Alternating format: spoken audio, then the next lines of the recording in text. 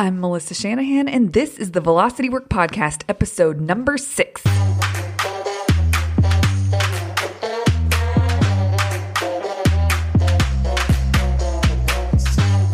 This podcast is for attorneys who are running their own firms. We explore tactics, tools, and stories related to pushing past simply lawyering well and into building a successful firm.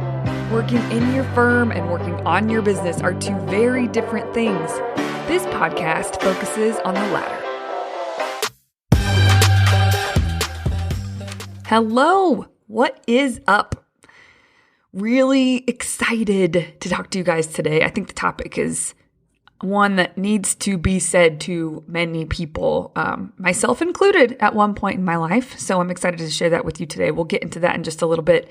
I am back in Denver after a week away to the Midwest visiting family. And what a great trip that was. It's so important to spend time with those that you love. And it's easy to get caught up in the busyness of life and not allow that to happen. So we are really grateful that we got to spend some time back in the Midwest with our families and see our nieces and nephews who are growing like weeds. And yeah, just get to spend some good quality time. But now, back in Denver, and we are in full swing, y'all, getting ready for clients coming in for their quarterly retreats. And it's going to be an incredible month. We are pumped. We have some things lined up that we haven't done before that we know are going to make a big difference in the client experience and in the results that they're getting out of the retreats. So super excited for that. And yeah, I'll report back as they go on this month. I will let you know how they're going and give you any tips and insights that I can. But for now, let's just dig into today's topic, shall we? The title of today's episode is Stop Simultaneously Using Multiple Coaches and Consultants. Here is why I decided to do a podcast on this. This is something that someone has sort of given me a lesson on several years ago, and it has stuck with me. It's sort of along the lines of reducing your inputs. I know that many of you have heard that concept where you just need to be very selective about what you're allowing in terms of information, because when you allow in quite a bit, the more input that you allow in, the less output is created or produced. And so it's very important that if you are someone who it matters what kind of output is produced and the level of output that's produced, you need to reduce your inputs. This is also very tied in with the topic of constraint, which I talked about in episode 4. Constraint. Constraint is focusing down on purpose deliberately so that you can really knock it out of the park with one thing. And that's a really broad way to sort of state what constraint is. But I want you to understand that when you spread yourself out across many things, you will inevitably water down the results that you produce among those many things. And, I notice, and it seems like not just with attorney owners, law firm owners, but also in other, it's almost like any industry where you're trying to build something, it is very easy for our brains to think we need more information and we need more help and we need more expert advice to be able to create what we want to create. And I'm here to tell you that that is not true. Now, I'm not saying that you don't need, I have a coach. I have had a coach for many years, and I will never go without a coach, by the way. There's going to be a different episode on why coaching is so important. But coaching/consultants, let me just say that too. We're going to clump these two in together because it is, I think of what I do as facilitation. I facilitate my clients to help them figure out their best plans, and I'm really good at it. But you know what? In the mix, sometimes I do offer advice where it's more like where I wear my consultant hat. I also have times where I wear my coaching hat. And there's a difference between the three. And, I don't even know what to call myself because of it.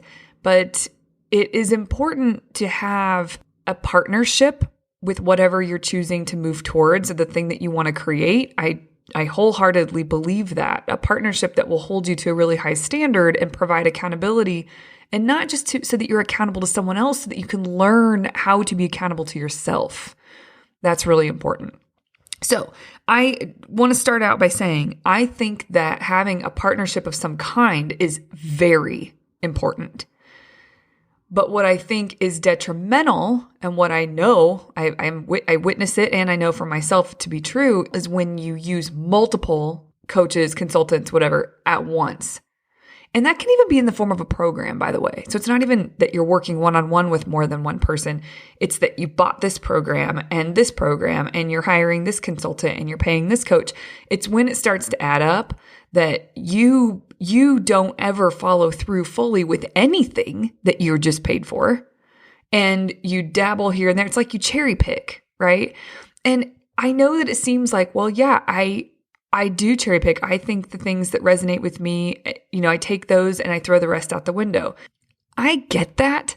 But truthfully, it's almost like if you're going to say that and do that, you're going to pay a coach, and then you're going to say that or do that, or you're just cherry picking, then what you're doing is saying, I do know what's best, so I'm going to pick and choose what I implement. Well, if you know what's best, then why are you paying somebody anyway? So it's really, you're not doing yourself any favors by cherry picking. I'll tell you that. That's just true. It doesn't mean that every little thing that you implement from the coach or from the program is something that you'll carry forward with you for the next 20 years. But what it does mean is that you are doing something fully, and then you're able to realize the results that they are saying you're going to get. It's not fair to complete a program or to work with someone and half implement what they're saying, and then at the end be like, well, I just didn't get the results. Oh, really? Really? Of course you didn't. You didn't do it. What was a part of the program? So it's important not to cherry pick. Now, before we get into the outline I've prepared for you today, I do want to just say I'm not against coaches, consultants, programs at all, and the use of different kinds of coaches and programs and consultants. But what I am saying is that you do yourself a disservice and the person you're hiring when you do spread yourself thin all at once, sort of simultaneously doing that. I've had different coaches over the years. Different people have made more sense than others at different times in my life. And that is totally normal and expected, right? There is one coach that I keep coming back to, and now I've been with for the last 3 years, and I don't really foresee myself moving away from this coach. It just is a good fit for this season of life. And so I'm not saying that there isn't a time and a place to use different programs, coaches, consultants, but you need to be careful about what you're committing to in the moment. It's all at once. That you're there is a fulfillment piece on your end, and it's really hard to fulfill your end of the bargain when you're working with someone, when you are committing to more than one person, more than one program. I just want to make sure that everyone understands there are so many great coaches and consultants out there that have put together fantastic programs. And I'm not saying that you should just use velocity work at all. And we'll get into that in a minute as well. But I just want you to really think about what you're doing. Don't shoot yourself in the foot by spreading yourself too thin. And it also just undermines who you're hiring, who you're paying, because you aren't able to really hold up your end of the deal there, right? In terms of the results that you're going to get. So I want to make sure everyone knows I think there's a lot of great coaches out there. I also think there's a lot of coaches and consultants out there that could offer more value than what they are. But there's a lot of good ones. And this podcast, this episode is not meant to undercut what other people are doing out there. It's to help you decide who and what is best to go with at any given point. Okay. Here are a few problems that when I sit back and think about what are the issues with it, I've already sort of mentioned a few, but here are a couple more. Number one, we touched on this. It dilutes the focus. Inevitably, each person that you hire is going to pull your focus in a specific direction, their direction. and they expect you to be all in. So that's a problem if you're spread thin and if you've committed to more than one person. The second is that it puts so much focus externally, like on the doing. You have so much to implement when you are working with several people and they're telling you to implement these different things.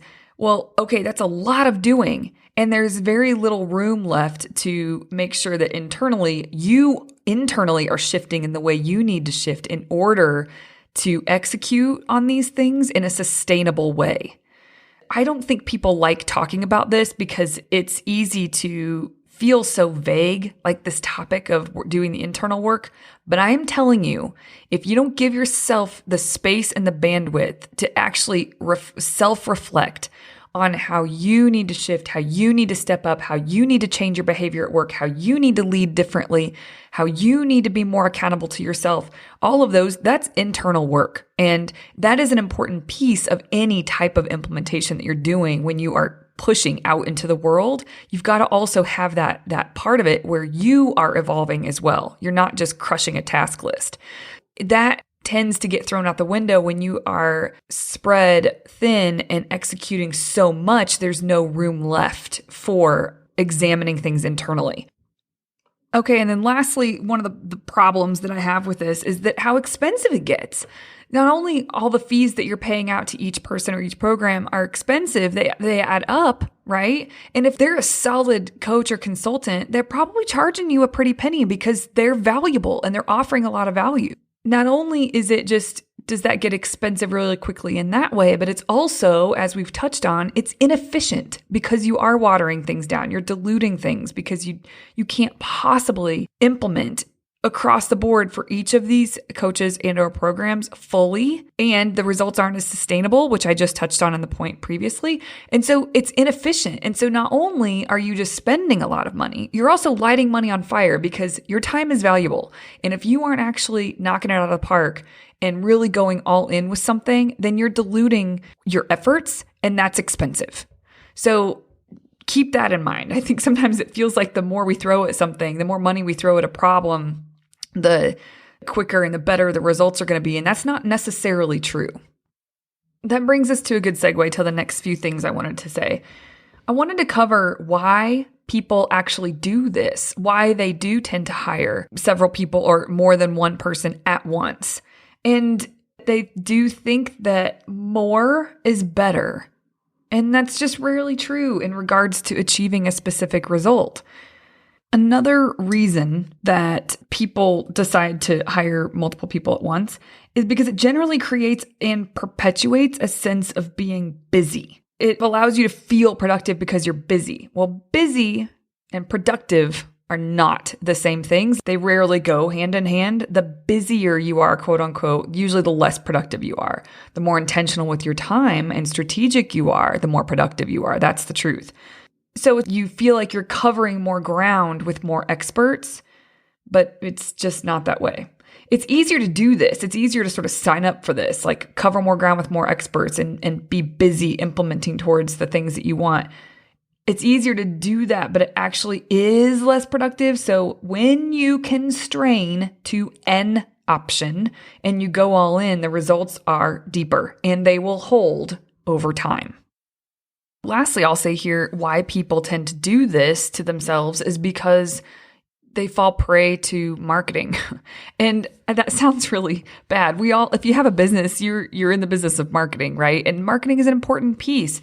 One thing that you will notice about velocity work is that when it comes to one-on-one, I will not work with someone. I don't give them the option to sign up unless we've had a conversation and unless I've received some information about their business. And the reason is because I think it's easy for a deck or it's easy for a great landing page or whatever to make you feel like all your problems will go away if you push this buy now button. And that never, ever, ever is the case. It's going to take a lot of sweat on the owner's part in order for these results to be seen.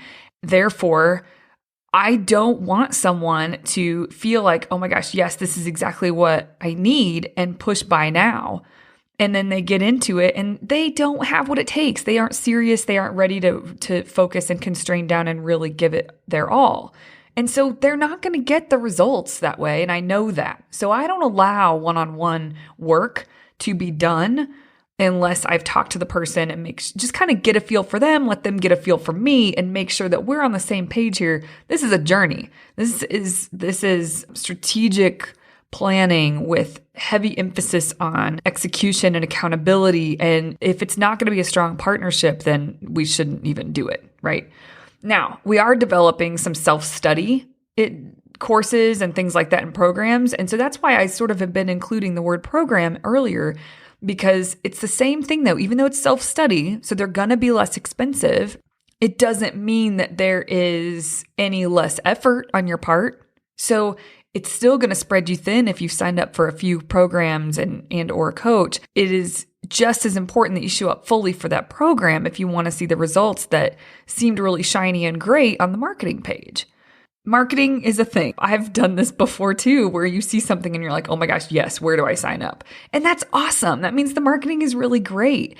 But when it comes to deciding what you're going to commit to and constraining down, there's a way to do that is not reactionary. You shouldn't see something and click buy now and expect it to change your world. I know if there is someone who is doing that, they're not going to get the results they want. They're looking for something quick fix usually. So now let's talk about how to actually choose what you're going to constrain down to. Like, okay, Melissa, great. I'm not supposed to pick all these coaches, but I have a lot that needs to be done in my business. So how do I figure out like what I'm supposed to be doing here? Okay, so let's talk about that. The first thing is your perspective about what you're paying for. And here's what I mean by that. You need to look at it, whatever you're going to sign up for, as a partnership. Even if it's a program, like a self-study thing. But whether it's self-study or whether it's a coach, you need to look at it like a partnership. Get really honest with yourself when you're considering different programs or coaches and ask yourself, okay, what is it on their end of the deal that they are offering that they can bring to the table here? And then what is it that I am expected to bring to the table here? And do I agree that that is a smart use of my time? Do I agree that that is the best way to move forward for where I am right now? Now, if it's a program, then or something, a digital product that you're purchasing, then you're going to need to make this call on your own. Maybe you can get on the phone with them if you wanted to be able to ask some questions. I don't know. I guess it would depend on who is selling the program. But if you're working one-on-one with someone and that's what you're deciding on, then the next thing is to have a call to ask specific questions and just chat. And there's a few things to consider during and after that chat. One is, do you like the person? If you don't like the person, do not sign up for their program, no matter how smart you think they are. Because if you don't like them, the journey is going to be rough. If you like them, you'll be more receptive to the things that they have to say, and you'll be more connected during the whole journey. It'll be more lighthearted. You will get more done if you like the person, I promise. The second thing to ask yourself, and this kind of goes along with, do you like them? What was your gut feeling when talking to them? And don't overthink this. Just, what was your gut feeling about them and about the work that they do? The next thing to consider when or after you're talking to them is, did what they say scare you a little bit? And that sounds funny, but if the person you're going to pay isn't going to stretch you into sort of this next version of yourself or this next level, then why are you paying them? If they are going to be leading and guiding you into this next level, next version of yourself, it should be a little heart fluttery, a little butterflies in your stomach, because it's going to require a lot of you, and the result that you are shooting for is a totally different place than where you are now. And there's something really exciting about that, but it's a little scary at the same time. So what they had to say, did it give you the healthy anxiety inside? And then the last thing is, did what they had to say feel like the truth?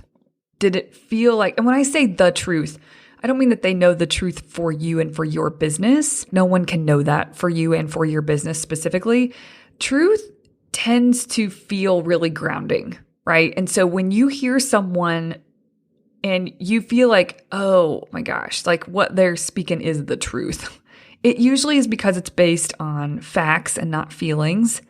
It is usually based on solid framework to move forward with. And look, Velocity Works not the only service out there that has something like that, but we do have it. And so when we talk to people about where they are and what this kind of work entails inside of Velocity Work, we talk about there is a lot of tracking that needs to be done so that we can make decisions based on numbers and not hunches, based on facts and not feelings. And that there are these steps in the framework that are going to help build and get the culture right, the foundation right inside of the organization, I mean, top to bottom, right? Like we really do try to look at things on a very holistic level, because if I can't operate based on truth and based on facts and build from there, what are we doing? It's like building a house of cards. And so you will be able to pick up on that. It's almost a level of transparency with whoever you're interviewing, so to speak, for this. If they don't feel grounded and based on mapping from the truth of your business, then you need to look elsewhere, because you're giving your time, your money, your energy, just resources in general to someone or something. And it's important that it's grounded and starting firmly from the truth of your business so that you guys can make real headway that makes sense for you and your practice. And lastly, do they seem to genuinely care about your results? That is important. Sometimes people are too busy to spread thin coaches. And I've actually put myself in this scenario before and I've had to back down from it. But do they feel too busy to spread thin to really care deeply about you and your firm's results? It's something to consider, because like I said, you need to view this as a partnership. And so you want to feel like you actually have a partner, not just someone who's going to throw information at you and be done with it. So partnership matters, and you want to make sure they genuinely care about your results, or at least that you feel that way. That's the way that you felt from that conversation that you had. Now, it's easy to get confused or not trust yourself with what we just covered, when you're on the call and you're thinking through what the call was like, and if you like the person, what they have to say scare you just a little bit? Was there a level of transparency? Do they seem to genuinely care about your results? What was your gut feeling about that person and about the company? Like, those are all things to consider. And if you still feel gray and vague, let me just tell you, it's time for you to cut the shit, because you need to learn to trust yourself and trust your decisions. So the second thing I have to offer here, when you're figuring out who to pick or who to go with, who to partner with, do not dilly-dally in indecision. Make a decision. Indecision is such an exhausting place to be. Don't do that to yourself. And if the answer's no, the answer's no. But just make a decision, right? When someone I talk to about working with Velocity Work and they're waffling on a decision after we talk, to me, that's a red flag. I know it is a commitment, but the kind of person who is willing to just waffle on a commitment, which by the way, wastes time, super inefficient, but they're willing to waffle on this indecision, it's a red flag for me. Do I really want to work with a person like that who's not just all in? It's either a yes or a no, who doesn't understand how to exercise the power of decision. Decide either way and then go all in. Either way, if it's a yes, decide yes, get yourself rolling and dive in and give it your all. If it's a no, that's okay. It's a no, but then move on and put your effort and your energy back into the things that are actually going to fuel results for your business instead of waffling in indecision. When I say go all in, what I mean is just don't look back. Whatever you decided, go forth with that decision and don't look back. Go all in on your decision. Have your own back for your decision. And if it makes sense, let's just say you did have a call with the person and you do like the person. And yeah, what they said did scare you a little bit in a good way. And there was a level of transparency that you really thought was great. And they seem to genuinely care about your results. Like, from that standpoint, it seems like such a great decision. But financially, it doesn't make sense for your business. And I don't mean there's a difference between just having fear about investing in your business versus you just don't have the money to be able to to do the program or pay the coach. So if you liked what you heard on the call with them, but it just doesn't make sense for your business because of where you are financially, then the answer is no. Good to know. Have your own back in that decision. And then but make the decision and move on. Don't drag your feet with it. It's a waste of time and a waste of energy. And as a CEO of a law firm, you don't have time for that. There's been times that I have wanted to, actually right now, this has been happening for me. There is a program that I want to do. It is a one-on-one, there's some one-on-one attention in a program that I want to do to help me learn a new skill set to bring to clients, but it's not the right time right now. It's a hefty investment, and I'm willing to make that investment as soon as it makes sense for my books. I'm willing to give a certain percentage of my revenue every year to the growth of my business and to continuing education for myself. And I'm just not quite there yet, but I really want to do it. So, I could have enrolled in these classes that would have started this September, and I'm going to push it off a year. It just makes the most sense for the business. So it's just not an emotional decision. Do I like the person? Hell yes. Do what they have to say scare me a little bit about what my commitment is and what I'm going to get out of it? Yeah. And I think they're totally transparent and they really genuinely seem to care about my results, but it's not the right time for my business right now for me to do that.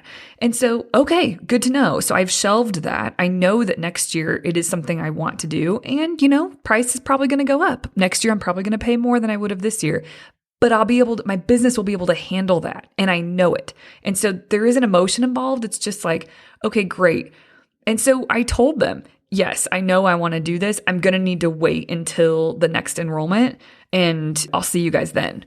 It's great to know for everyone involved so that on my end, I can just move forward, and on their end, because they know they don't need to reach out to me, but next year I'm in. It's just a healthy way to do business, unemotional, based on facts. Let's just move forward. So to wrap this all up with a pretty little bow, I thought I would just share some final thoughts with you today and something that could seem like an exception. When you think about an athlete, athletes always have coaches. And so that's the easiest thing to point to when you want to perform at a really high level, you always have a coach. But this is true in business as well, as many of you probably realize. When I say in business, Ray Dalio, for example, he has a coach. Ray Dalio is a billionaire, literally, and he has a coach. Do you think his coach is a billionaire? Maybe, maybe not. That's not important. What is important is he has identified that this person is a great partner in helping him keep leveling up. Coaches are just important. Now, I do think that there is a time and a place to have a specialist come in addition to the coach that you've hired or the consultant that you've hired. They can't do it all. Right? Like no coach or consultant out there can do it all for someone or for your business, but they can handle a large chunk. For example, with my clients, I work with people on a high level thinking, strategic planning, execution. I have accountability built in for the execution, leadership for their team, culture, like all of that. I have a framework set up to help them think through what is best for their business and then actually take action on those things. And there's support and accountability along the way. Now, that I think is so important for a business. However, I am not a marketer. I'm not going to tell you the marketing campaigns you need to set up. What I do know about marketing is that it's an important piece of a business and that it needs to be tracked on a granular level so that you understand what is actually getting you results and what is not. But I'm not the person who's going to tell you what campaigns to run and where to put your focus and your efforts first, second, third, fourth, fifth. So I oftentimes have clients that use a marketing specialist to fill in where there's a knowledge gap for my client. And it's not what I do for clients. That's an example of when I think that you can simultaneously use consultants or coaches. But here's the thing. I want you to think about it. It's almost like typically when people come to work with me, if they have this set up or they've tried to set this up for themselves, everyone is working in a silo. And so basically it's like, okay, client A, they are using me And so they kind of have me in a silo. And then they're using a marketing agency or expert, and then they work with them in a silo. And then maybe they're using someone else and they're working with them in a silo. And what I want to suggest is that instead of thinking of setting things up like that for yourself, I want you to think about an athlete that has a coach.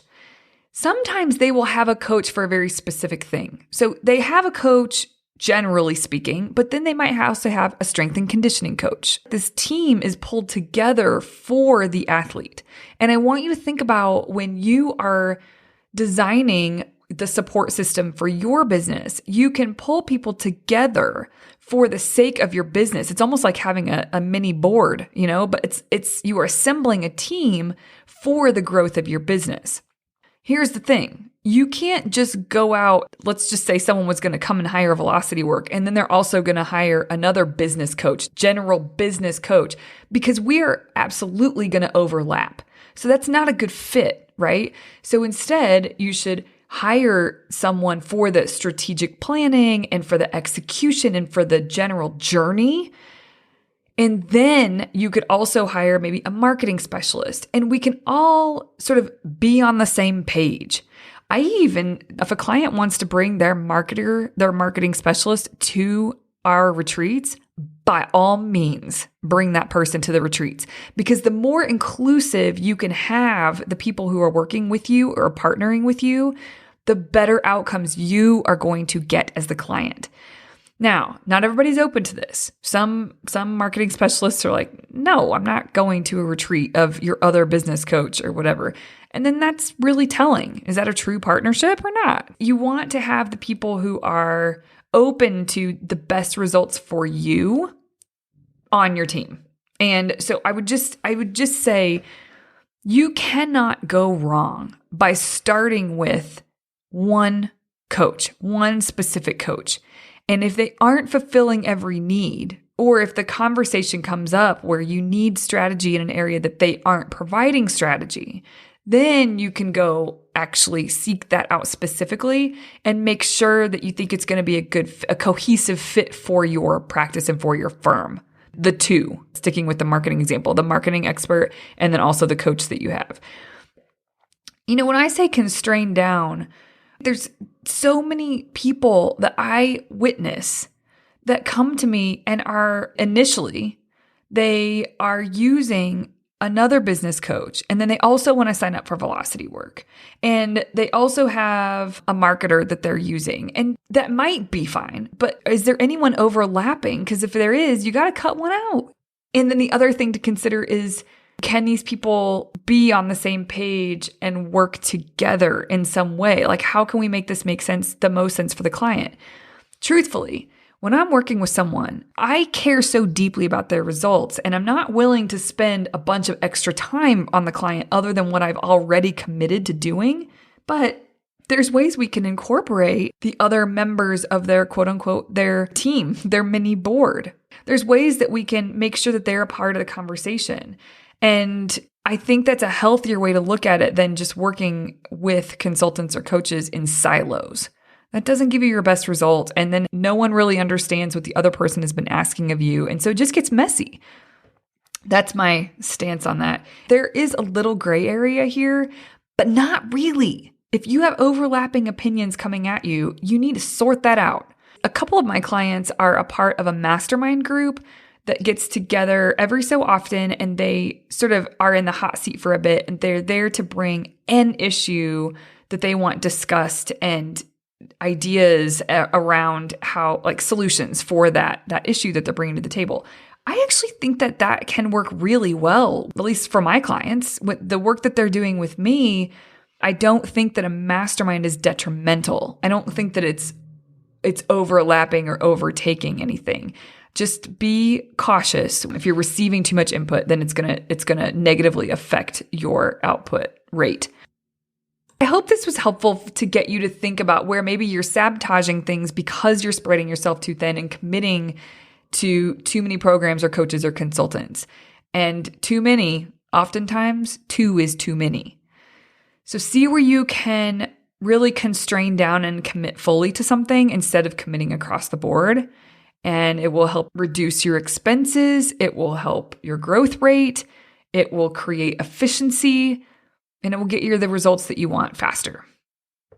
That's what I got for you today. I hope you have a great rest of your week, and I will talk to you again very soon.